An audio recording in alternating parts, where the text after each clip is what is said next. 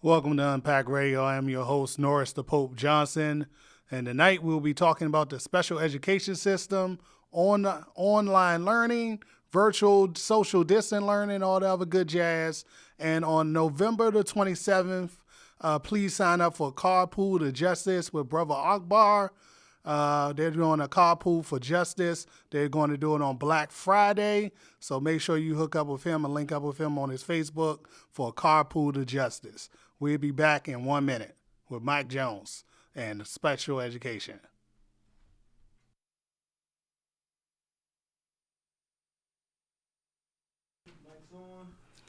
Welcome back to Unpack Radio. I'm your host, Norris the Pope Johnson, and we are talking about special education system. This is an issue close and dear to my heart because some secrets going to come out today. I normally keep my life private. I like to keep things in a vault and lock them away, but this gentleman standing next to me is a great mentor of mine. He's one of the reasons that I'm probably here today and not dead in the ditch or committing robberies or knocking the old ladies in the head, because he helped save me at a time when I really needed a mentor. I really needed a friend. He was there for me. So, Mac Jones, how are you doing today? Let's get a little bit back into your background. Okay. And let's talk about how you know me and how do we know each other and build on up from there. So, All right. get to your background. Where did you graduate from? First, I gotta finish blushing from that intro. I appreciate that. Hey, man. That's always good. The truth is out there. But it also reminds me how old I am. So I'm not going to age you, but I know how old I am. And I remember you came in my life when I was around about 13 to 15. Yeah. And I'm 41, so I'm not going to age you. I'm not going to tell secrets. Yeah, he just told. Anyway, my name is Mac Jones. I am born in the District of Columbia. However, I was brought up in South Carolina, Columbia, South Carolina. Played football, did very well in football, and had the opportunity to come back to D.C. For education at Howard University, paid for by scholarship through football, which I knew I was going to do because my mom always preached going to college. Well, I'm sorry, my mom gave me three options. The first was going to college. The second was military. The third was get a job. Each one led to getting out of the house. And so came to Howard, played football, had a great 4 years there, and afterwards had to make a decision on what I wanted to do. A gentleman on the campus asked me was I interested in education, and I didn't know at the time it was near and dear to my heart, so I was like, yeah, let's do this. Signed up for a master's program at Howard, which took me actually a couple of years. I had a lot of pitfalls in that time from 92. I actually started in 92 and didn't finish until the year 2000. And so there were a lot of challenges, a lot of things happened in those years, but I did finish. Now, what's some of the challenges that kept you from 92 to 2000? If people know D.C., know that D.C. had a lot of things going on from the mid-'80s up through mid-'90s. And so they were just, I want to say connecting with the wrong people, but literally, trying to make it, trying to find a way to make it, and find myself, I would say I wasn't doing crazy things, but things that just didn't help. And so it was just unfortunate things, I guess. I won't say I had negative experiences. I had experiences that I grew from. And so, with the wrong crowd of people doing things they had no business doing, and then, your name get caught in the mix of something somebody else is doing that you literally have nothing to do with. And it cost me. It cost me time. So, not time in jail. But time in school. Time in school. Okay. Time away from school. Just dealing with bullshit and dancing a little That's bit the word. with the Bullshit. streets. Bullshit. Dancing with the streets a little bit. That- Dipping and dabbling, like we like to call. Yeah. Oh, I mean, and I wasn't even doing that, but they were acquaintances, and so I was trying to help them do legitimate stuff, and their illegitimate stuff caught me. So it is what it is. Okay, now you back at Howard. You focusing on your education. What made you decide that special education was going to be the field that you want to dive in? Hey, that was a blessing. That actually came to me, believe it or not. A young lady that I knew introduced me to Dr. Freddie Vaughns, who's no longer with us, rest in peace. And he saw me and was like, I need you, big boy. And so he brought me over to Kennedy Institute. He had just gotten a job there, and he hired myself. There were a few other fellow football players, Kevin McFadden, Kenny Newsom, Todd White. He actually brought in a big team of guys to work at Kennedy Institute. And so that began my start in education. That's when I realized that's what I wanted to do. Now, how did you realize that once you get a student in your hands that it was your passion? Because I know that can be something difficult to deal with. Well, you see yourself in a lot of other people, right? Like, we don't live our life in a vacuum. And so one of the weirdest, craziest stories, Mr. Newsom and myself were roommates, and we lived up near Howard, and one of our former students lived near us, and he would stop by our house from time to time, and sometimes just to use the bathroom. And I'm talking to number two, and I was like, who does that? Just stop by your house and do a number two. But anyway, this guy was such a inspiration to me because even with the label that he had at that time in special education, he taught me how to play chess. And if you've ever played chess, it is one of the most strategic games. It takes a lot of thought and critical thinking to be a good chess player. And he was a great chess player. There was another kid there who was a great tennis player. Another critical thinking skill. And awesome. And he played in Hawaii, all over the country. So, it gave me an opportunity to understand what learning is, right? And understand what intelligence is, because I think a lot of times we get confused with people who have certain positions in life and think that they're intelligent. But the reality of it is they've had opportunities, and intelligence comes in many different facets. So just because someone doesn't do well on a standardized test doesn't mean that they're not intelligent. And these two young men specifically were super intelligent. They didn't do well on standardized tests. Which is an issue all the way around in the black community anyway. Absolutely. Well, we're going to fast forward, and I'm going to tell people how I know you. Okay. So let's jump into that. I'm gonna reveal some close secrets. For those who do not know, when I was born in 1978 at Howard University on a Thursday, 3:30 p.m., I was born with dyslexia, or ADD, or and a bunch of other stuff they try to label me with.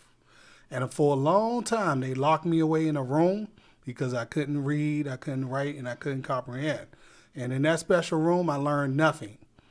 And my mother did her best with her one job, her junior high school education. My sister did her best to try to teach me how to read and couldn't do it, to both their failures because they didn't know how to do it.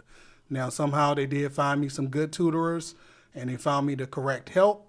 I ended up at Kennedy Institute after spending time in a room, separated from the world, which I think is BS, but we definitely going to get into that later. But once I ended up at Kennedy Institution, I did learn how to read. I did learn how to comprehend, and it was through the help of people like yourself and other good mentors that I ran into while I was there. So my question is, how do you first feel about locking kids in a room and not educating them? Because I don't think that's education. And it's not. Yeah, I think that's just setting them up for failure. It's not. And props to Kennedy Institute for what it did. Thank God for where it was, and the Kennedy family, and a lot of people don't realize the Kennedy family was very active, probably still is very active with the Kennedy Institute. So give them all the credit in the world, because they decided, because they had a child who was had a label, and I can't remember exactly what it was, but they were determined to give children with disabilities the best experience that they could. And so what I found, my time in one of the school systems here was that when we labeled a child, it really gave us an excuse not to really do anything with the child, right? And so if a child didn't learn, we could literally say, well, they have a disability. Mm-hmm. And so early on, we didn't put a lot of effort into it. There was no heart in it. And so my time at Kennedy really taught me what heart was, because our goal when I started with that team and that family was to make sure that the students we have could have the best experience in their community and have the most opportunities that had the opportunities that other kids had or didn't even get a chance. So we literally did what we could to make sure kids had. I remember having kids who graduated from Kennedy with jobs making more money than I did. Now that's outstanding. That's outstanding. Because of the experiences and the partnerships that we built. And not just that, but the love, man. There are a lot of kids, and let me say this. I think I remember you having a bit of a temper. Well, I can tell you why. Me personally, when I was growing up in just elementary school alone, the hurtful words I used to hear, which are now shameful, and people have grown out of them, was retard. That's why I think I have a tough shell now and nothing can hurt me, because literally people will call you retard to your face, adults. Yeah. Like I remember I was working at Brinks, and Brinks is a very hard job to get as an armored trucker guard. And I ran into a lady I knew from the neighborhood, and my supervisor was with me, and the first thing she told him was, I can't believe you gave this guy a gun. And she didn't know all the things I've been through. Right. You don't know how hard it is for us to pass these gun tests. Right. How proficient you have to be with shooting, and how it's just an ultimate skill that not too many people have. And it was almost hurtful, but it was almost prideful to me, because that showed me that, damn, I done came a long way from that angry kid. Yeah. Because I think the reason that people are so angry sometimes is no fault of the society at that time. I really don't think they knew how to educate us. And it took a long time for them to figure out a way to educate us, because locking someone in a room and separating them from their peers and everybody knows there's something wrong with you is not a good look. It leads to a lot of hurtful statements. It leads to a lot of verbal abuse, and it can lead to anger, which I had. And then you don't have no father in the household. You living in a crazy neighborhood. This is a recipe to me to disaster and a future criminal. Yeah, absolutely. That's what I could have been, a criminal, if I didn't find the proper help. And so that's my point. That's my point. Our time together, our time in that school, wasn't just about education, man. There was a lot of, now today they would call it wraparound services. I'm going to just call it love. And it was compassion for the people that we work with. And I say work with, I learned a lot from the students that I work with. And I loved them all, man, because they were the most human people you meet, right? And so when I said that I learned, I grew from that experience, man, it built my passion in education and this idea that, like, we have to be equitable and we have to provide for all of our kids. Because what I learned, like, I went back into the local school system, was that there were a lot of kids who were struggling, and people didn't help. They didn't know how to. I'm gonna say there wasn't an idea how to, and I literally brought something to the table that just hadn't been thought of because of my experiences that I had with your class. Because, believe it or not, I think you guys set the standard for what, the program that we were providing. We were able to tout our program because of the work that you all were doing in the schools. And so just to explain how that program went, we brought kids into the program, and it was a self-contained program, but our goal was to get kids into our inclusion programs to have them graduate with their peers from high school. You're talking about the Inclusion 2000 program, am I correct? Absolutely. Which I was one of the first people to take that journey. Absolutely. And it was an interesting journey, because I remember I think I had to beg my mother to allow me to take that journey. And I remember sitting down with the counselor, and it was up to me, and everybody's looking at me, and I was just like, if you give me the opportunity, I think I can rock it. Because I know it was a big gamble. Because it's your first time out there. It's like we have these students. We know they can do amazing. We feel like they can graduate at the high school level and perform. Everybody looking at y'all with a lot of pressure. Because I know it's a lot of pressure on you guys' shoulders because you vouched for us. We're going to give you a little bit of help, but you are on your own. This is your responsibility to be a high school graduate. So I appreciate you guys giving me the opportunity, and I was truly afraid to take it, but I'm glad I did it, and I can look back on that journey and be like, I'm proud of myself. So how does that make you feel to look at a graduate that you helped through the program now be successful? Man, it is the most successful feeling of anything that I do. I mean, you know, other than my own family and working with my own son, right? And it is a tremendous feeling because, again, it's just just think about the society that we live in right now. Let's think about the tension in the country right now. And you always had a place like you can fall back and be like, yo, this was a time in life where like real love was happening, like real humanity was happening, and so oftentimes, man, in this society, man, you don't get to see real humanity up close, and so I'm proud every time. Other than the age, I was so proud of the work and guess what? I can't. We don't even take credit for it. Like you had to be determined to do that. You had to be determined to turn around your own situation. You had to be determined that that room wasn't for you. There's a lot of kids who decide like, hey, I'm gonna stay in this room. These expectations are good enough for me, and this is our work is to change the mindset. Like, no, you can do better than this. This is not really built for you. We shouldn't build schools that isolate kids from each other, or we should teach everybody. Like most of us have something in our life that we have deficits in, right? And that's okay. But we build a community around them, and everybody, what is it? All a rising tide lift all boats. Yes, sir. And that's where we should be. And those are things that we should focus on going forward. Now, I'm still in the education system, and I think that we still have a lot of work to do in that regard. Now, my next question, so we can help some parents out there, as many details as possible. What is an IEP evaluation, which I had myself? So what is an IEP evaluation, and how does that affect the student? Okay, so an IEP is an individual education program. It is something that determines that a student learns outside of what we consider norms. There are assessments that will allow a kid to have an IEP. A lot of that deals with their academic performance, and some of it is on behavior as well. Behavior when it impedes your academic performance.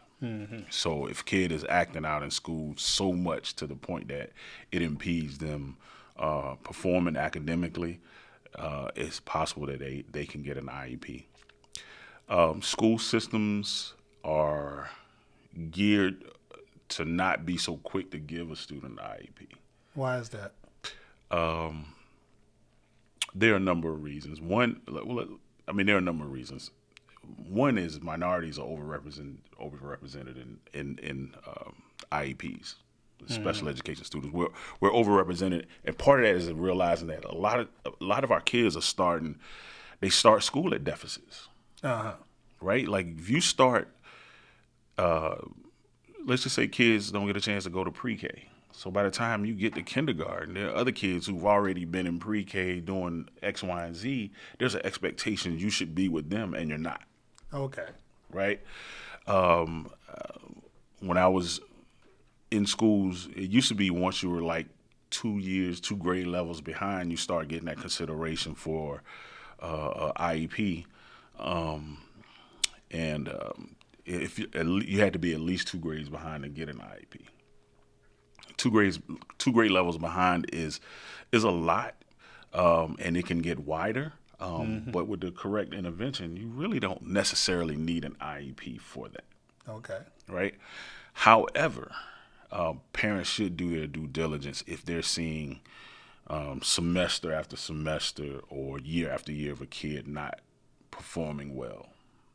And the due diligence is to have a conversation with the school, with counselors, with teachers, and really start doing some preliminary assessments as to whether, you know, how well does a kid learn. There are things that go missing for years. Dyslexia. Yeah, they didn't know what that was for a long time. Right, it goes missing for years. You see a kid is having is struggling reading, struggling with comprehension, and in your mind's like, oh, he can't read. Well, if you never find out this kid is dyslexic, it'll look like he can't read. Mm-hmm. But the reality of it is, there's interventions that you can put in place to help that, and you don't need specialized services. You might need them for a period of time. Yeah, one of my heroes, David Goggins, he has recently came out and said he had dyslexia for a long time. Yeah. He's the first black Navy SEAL, by the way, and one of the craziest mofos on earth. And the way he did is sometimes what I do. He took the dictionary, or he took what he wanted to read, and he wrote it over and over and over and over every day until he had it word for word. And that's how he was able to pass the test to become a Navy SEAL, which is very effective. And so someone has to teach those strategies. Which I learned. Right? From guess where? Yeah. Yeah.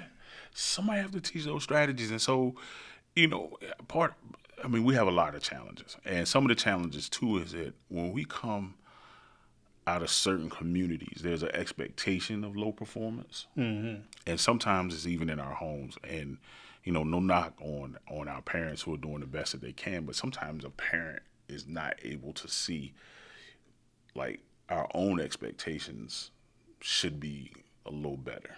Mm-hmm. Right? I have a son who, when he's struggling to read, right, I'm like, oh, but I'll give him an excuse. Mm-hmm. Oh, he tired. And instead of giving him that excuse, saying that, no, you can do better. And the expectation is for you to do better. And so, like, they're just I remember, again, working in the city, working in a certain community where, like, there were just expectations of, there's certain positions in the street and in the hood, mm-hmm. like, jokers will rise up to whatever's in the hood. True. Right? Like, so if I'm going to take this place on the block, then what I'm doing in school doesn't necessarily they don't coincide with your other world.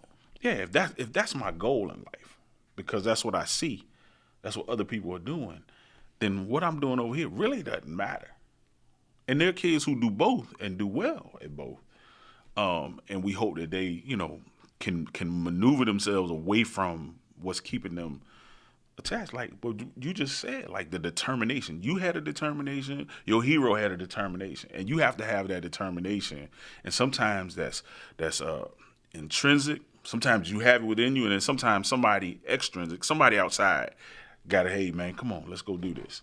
Well, I think it was two issues, especially for myself.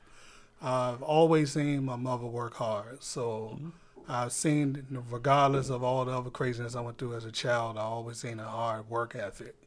And through no fault of her own, I'm pretty sure she would love to figure out a way to educate me herself, but she did try to do the best she could with the proper resources. But I just think it is just in me to want to just be great for whatever reason. And you cannot let not being mentally tough stop you from being great. So that's one of my always just be mentally tough. And always just be able to, if it's a hurdle in front of you, are you going to run? Are you going to face that hurdle and jump over it? You only got two choices. You can either run or you can run through it. And me personally, I always like to run through it once I had the proper resources.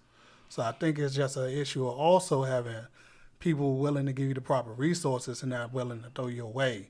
So that's personally my thought on it. Now, I did have another question. When do you think a child should get an IEP or be looked at more closely? So right now, most school systems will not, and I'm hoping I'm saying this right, before the age of 8, I think it's 6 or 8. I believe it's 8. And they'll try to put in as many interventions as possible. And now, clearly, we see kids at younger ages who have signs of deficits in certain areas. Some social emotional, and social emotional usually is a key sign. You know, a kid struggling academically will have behavior problems because they're not getting it.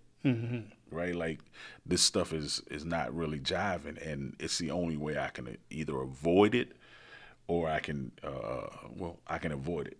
Yeah, Distract from it, right? yeah, that's very true. Because I remember just being very angry because somebody trying to teach you how to read, you can't read, you get can't pissed read. off. Yeah, So yeah. you're just like, I used to tell my sister, I hate you. You know Yeah. what I mean? Just for trying to teach me something. yeah. But And- it's no fault of nobody, no fault of hers, no fault of mine. I just think at that time, nobody really knew how to educate people, and they just would throw you away.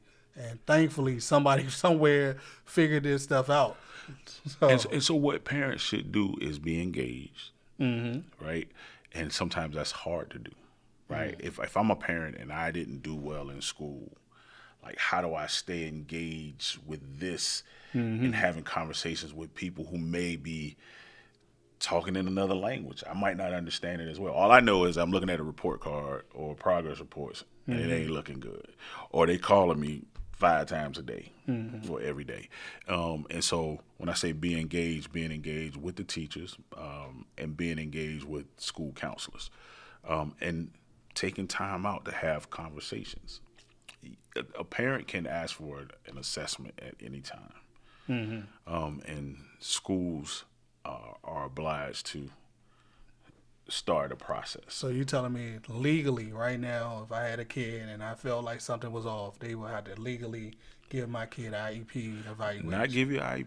But some type of evaluation. Right. Start a process. Start a process to see what's Right. going on. To see what's going on. Now, do you think it's effective to start as early as possible?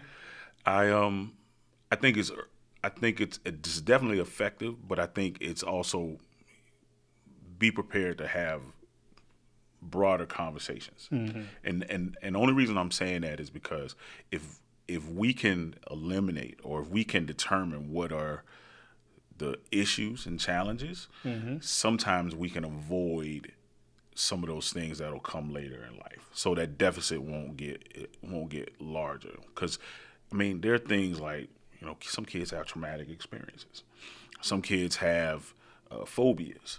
Like there are many things that prevent kids from excelling at a young age, and it's incumbent upon us to determine what it is, because what happens is sometimes a small thing just get larger and larger and larger. Like, right? What if a kid is dyslexic, right? And you don't notice at a younger age, but what happens is academically the child is falling behind. So each year that deficit is getting wider and wider and wider. So what started out as just dyslexic now become a learning disability, right? And it's really a learning disability because the basics, the child doesn't have the basics, and now you're in the 6th grade doing algebra or something, right? Like, and so it's hard to now say, oh well, you know, he's not really seeing the letters or whatever.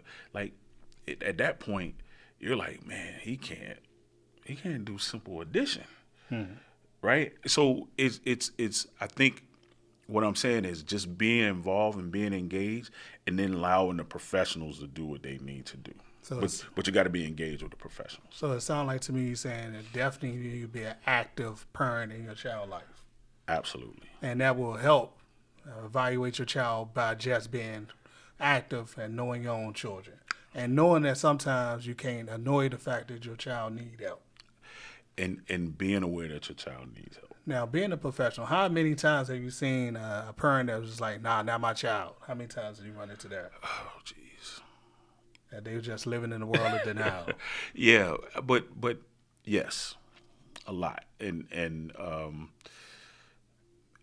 And it's usually when the school understanding of the child learning is different from the parents' understanding, right? Like we have a different understanding. And please, let's just be clear. Children act different at home than they do at school. It just happens. And sometimes we like to fool ourselves, like, I know my son. But I don't know my son when he's with X, Y, and Z. Right? When he come home and I say, "Oh, sit down and read," he's gonna sit down and read. Now, if the teacher tell him in class and he's being a clown, like I don't really know that, but we know that work habits. So, like as a parent, one of the things there's a program. I can't think of the name of it, but it is it's a program that meets with parents. Instead of doing teacher conference nights, it'll come to me in a minute. What they do is they bring parents in and they show them the work that their kids are doing in class, and then they give them strategies for working with the child at home. That's smart. And there's strategies that a parent can do regardless of their levels. Okay. Right? So you don't have to know how to do this, but if you do these strategies, maybe I'm just doing flashcards and marking how many times you get them right? Being able to allow the parent to be engaged, and then we can have conversations around what did you see during that time? How did they perform? But being on the same page with the school. Now, I recognize as parents, sometimes that's difficult. So sometimes, how often do personalities get in the way, right? Like a teacher's personality versus the parents' personality, like that happens regularly as well. And so that's incumbent upon the school and the school leadership to sort of like take down those barriers so that we can talk to one another. Now, when I was growing up, I had a program called Hooked on Phonics. Do you think that is effective to this date, or you think that's outdated? There's no phonics program that should be outdated. Okay. There are a number of schools who are doing programs. There's one now that I recently was involved in. It's called Foundations, which is a heavy phonics program. And I think that phonics, again, is a foundation of reading. It is, once students learn those foundations and build on those skills, and that's the challenge of school today. They speed through these curriculums. And now imagine if you're a child with a disability and they flying through a curriculum. You already have challenges. Goodluck.com. Yeah, goodluck.com. I mean, if we really looked at the graduation rates of kids in the inner city, It's sad. it's sad. It's sad. It's sad. And for those parents out there who do not know what Hooked on Phonics is, it's a phonics program where you start from the ground level and you slowly build up. So you might start off with red, you start off with the simple words, and you can build all the way up to, if you're super, super good, you can build all the way up to blue, where you get into more complex words. You learn how to spell, you learn how to use them in proper grammar skills. You learn all your grammar skills from Hooked on Phonics. I don't know if the company's still out there, but if they're out there, definitely look them up, because it was a great tool for myself, and maybe it'll be a great tool for your child. Now, being that you're in a position I'm not in, what would you recommend as a good phonics program to start with? So, as I said, Foundations is something that we use. Is a very it's an all-encompassing program, and it's younger age. It's for younger age kids. Now, but don't get me wrong. If you could find a Hooked on Phonics program, my aunt brought my son. If there's a will, there's an A or something. Like, there are a number of programs that you can go and purchase yourself, and you can work with your kids at home. Reading is something that is not, for some kids, don't come natural, but it can become a habit, right? And a friend of mine was talking to me, was like, "Yo, get comic books. Comic books are great readers, right? Start kids off into reading, because you can move a kid from reading comic books and all the mysteries and all the fantastic things or whatever in comic books into more complex stories like what's the little wizard kid? Harry Potter. Harry Potter, right? Which is a big. It's a broad book right there. Yeah, it's a lot of content, right? But kids build that interest, and so think about just interesting things to read. It could be, sitting with a kid, if maybe a little girl is like, "Hey, let's read the cookbook. Let's come up with some things that we could start building some menus for things that you want to eat, and we're gonna cook these things, but you gotta work the menu. So that brings in a little math along with a little reading as well. So finding things that interest kids and doing it at home. That's probably the most important thing. Find times for you. My son is a Fortnite fanatic, and so we have to be very specific about those times that he can do. Like, he's doing Fortnite right now. He'll be doing Fortnite the rest of the evening. But Friday is his night to just go Fortnite crazy. But finding those times where, you may have to sit down, and you should sit down with your kid, do some reading, and do some math, do something fun. Now, my situation, my parent couldn't read. My sister could, but my parent couldn't. So what would you recommend for the parent who cannot read? And you ain't got a sister like my sister who could read. Imagine it's just me and my mother. She had a junior high school diploma. No fault of her own, but that's where she left school at. She's hardworking. She can't read. I can't read. And then imagine if she was like not my child. What do you recommend then? So this is one of my truths in education, like being able to tell the truth, right? And I say that from a standpoint of, poverty is cyclical. The life we live for a lot of us is cyclical, meaning we pass on what we got. Whatever we got, we pass it on to our kids. And, Mac act just like his daddy, right? I don't have any choice in that. That's what I was given. But a school environment should create a family atmosphere where a parent can have that confidence in the school to be like, recognize, like, I don't read so well. But as I was saying before, like, what else can I do to help my child at home? And so this is for parents as well. It's okay. No blame, no fault. But lean on those who can help you and who can be a resource to you. And just, you don't have to put yourself out. Hey man, I can't read. One time I had a parent say to me, "Oh yeah, my son, he not good in math. I wasn't good in math. I knew he wasn't gonna be good in math." Well, that ain't got nothing to do with you. Your son don't have anything to do with you. You wasn't good in math because you didn't apply yourself for whatever reason. That's cool. But we're gonna set your son up for success by putting things in place. So what I would say to a parent, find those resources within the school. I made a call to my school and asked, "Hey, is there any tutoring available?" Right? Like the local libraries, different programs. Ask the school counselors what resources there are in the community. But I would definitely start with the local library. And here it is, sit with your child. And even if you're picking up the Bible, right? I'm going to read the Bible. You're going to read whatever you're reading. We're going to take 30 minutes and read. And you tell me about what you read. I'll tell you about what I read. Now, I might just come off a scripture I know off my head from being in, but you want to be able to just recognize where you are and not let that be a barrier to your child being able to read, right? Like, even if, like you said, your mom couldn't read or read at a certain level, let's just say that, she didn't let that be a barrier to you achieving. I know. She right. Did what she could. I would give her as much. I have a quote. I always close out the show with a quote, so I have a great quote for the night. But I credit her for being knowledgeable enough to know that she needed some proper resources for me, because I was angry. Yeah. I was breaking windows. I was hitting people with bats, punching people in the face, and trust and believe all the shows I've currently got lined up in my mind, I didn't seen it or I didn't lived it. So God has blessed me with an interesting journey. And some people might be like, "Why did God curse me?" But I'm like, maybe He gave me this story to help people. Yeah. So I know.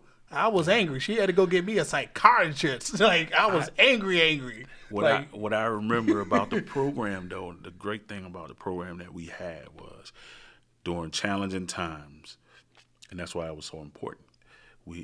the students were able to come back to the main campus and refocus, right? Like we can come out of this setting for a little while and refocus, and then go back into the school setting and keep it moving.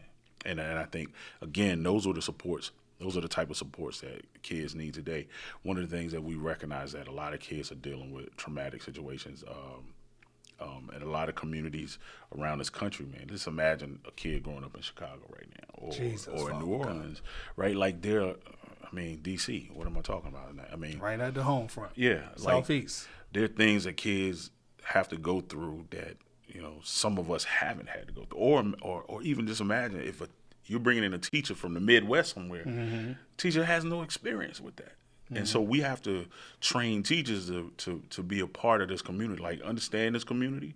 Like, I don't need you to be a professional at it. I just need you to be aware of it, so that that a parent can lean on you as a resource, right? And not look at you as a barrier to their child being successful.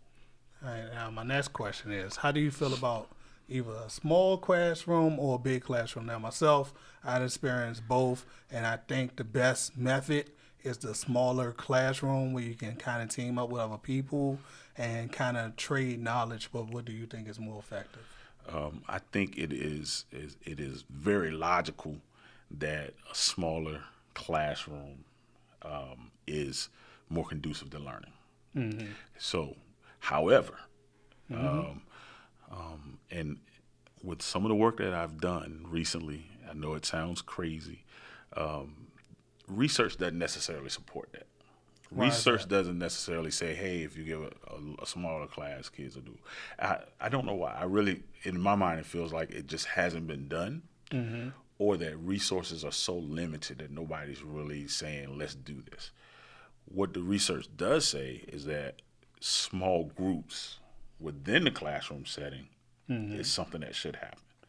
So there's a program, Read 180, that many school districts across the country are using.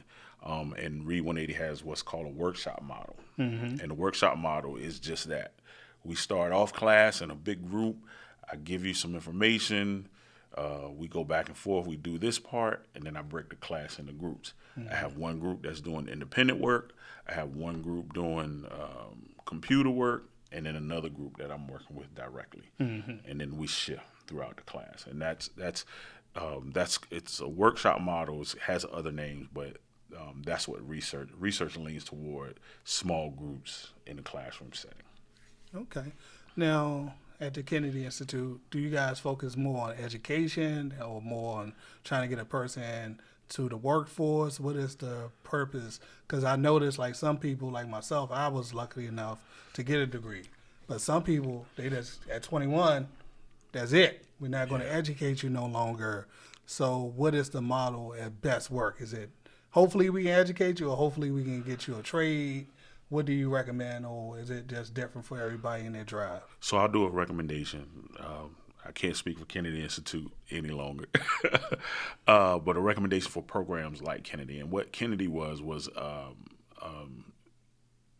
it was considered a self-contained program. But what we did was turn it into an inclusion program. And what that mean was we took our teachers and we took our students who we had complete faith in, and we had partnerships with schools around the D.C. area, D.C. and Maryland. And so I believe in that model. I believe that model works. I believe that more resources should be given to that model. However, what happened was similar to what you were saying. Like, we don't want kids to be off someplace separated. And so it has been an effort to move all of those schools back into the regular school system, which ideally doesn't seem bad, but it doesn't necessarily give kids room either, right? Kids who need it, doesn't give them room. And so I think the model of having a program where kids can be a part of a program that's outside of school and work on real specific things, social, emotional, work on job skills, but then also have the opportunity to graduate with their peers. And programs should, and if I'm not mistaken, well, let me just say this. There are programs that go beyond high school and graduation.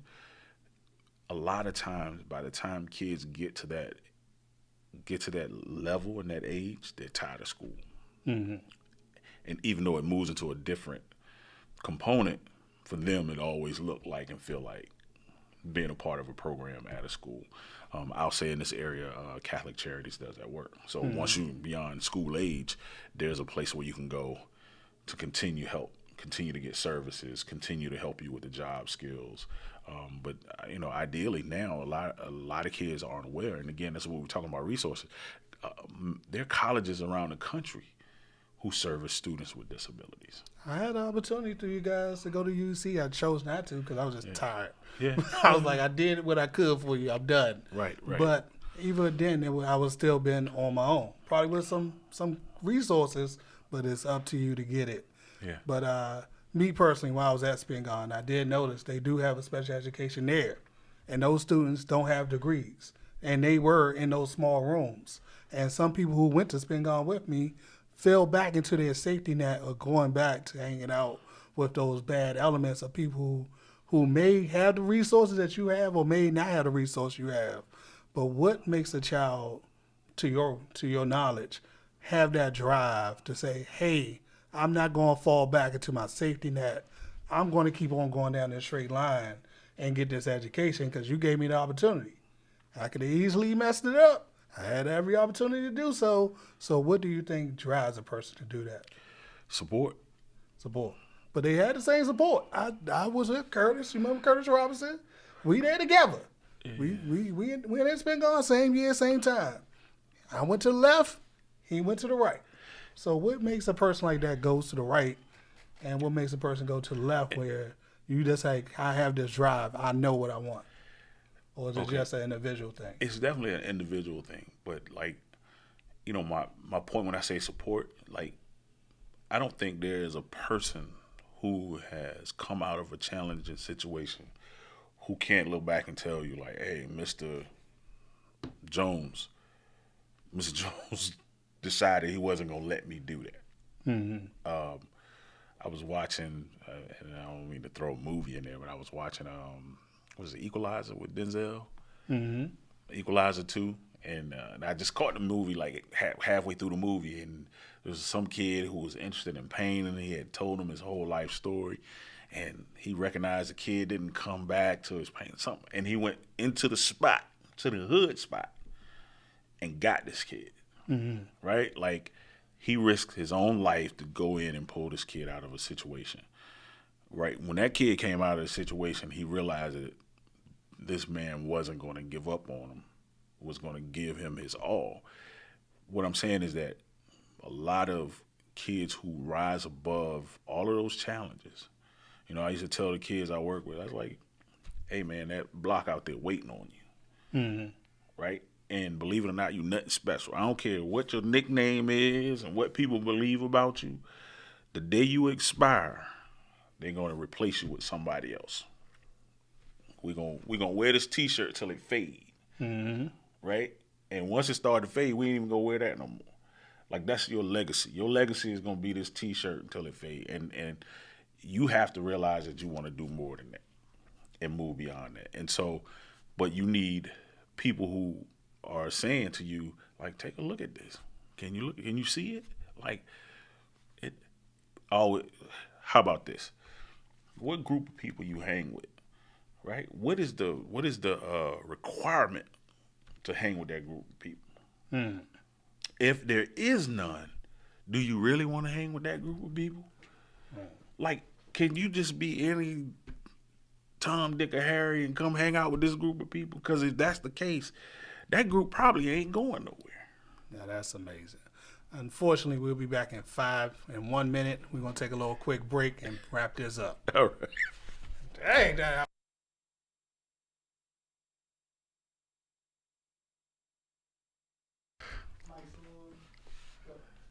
Welcome back to Unpacked Radio. I'm your host, Norris the Pope Johnson. Whoa. And this is our daily man law.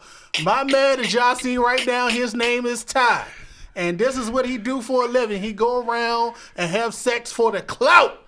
And I don't know about anybody else. I ain't never been that desperate for money a day in my life. So my dude, do not put yourself in this situation as a grown ass man that you gotta suck on another man titty ball for clout. Not because you interested in them, not because it's your lifestyle, for the fucking clout of Facebook, Instagram, IG, whatever else you want to do it for. My dude, go out there, get a dag-on job. You got anything you want to give anybody a bad law to? You good? Did I fry him good enough? Because I'm about to jump back on his ass, but I'm going to let him go. I'm leave him alone. Wow. Yeah, I don't have anything to say on that. Got nothing to say. That's bad. That's bad.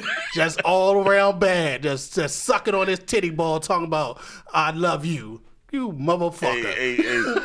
Sorry, Jesus. Sorry, Jesus. Hey, word to the wise, though. That stuff that go on the internet never come off. Ain't time. And when you 65 years old, they gonna remember you sucking on some man titty for the clout. All right, I gotta close up this show, and we love to close up this show with a quote. And this is a quote I used at my mother's funeral.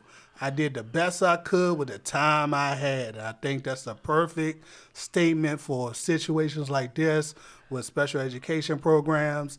And remember, I'm going to say it as myself as a person who ever overcame a lot of odds. No one's coming to save you. Save yourself. You can do it.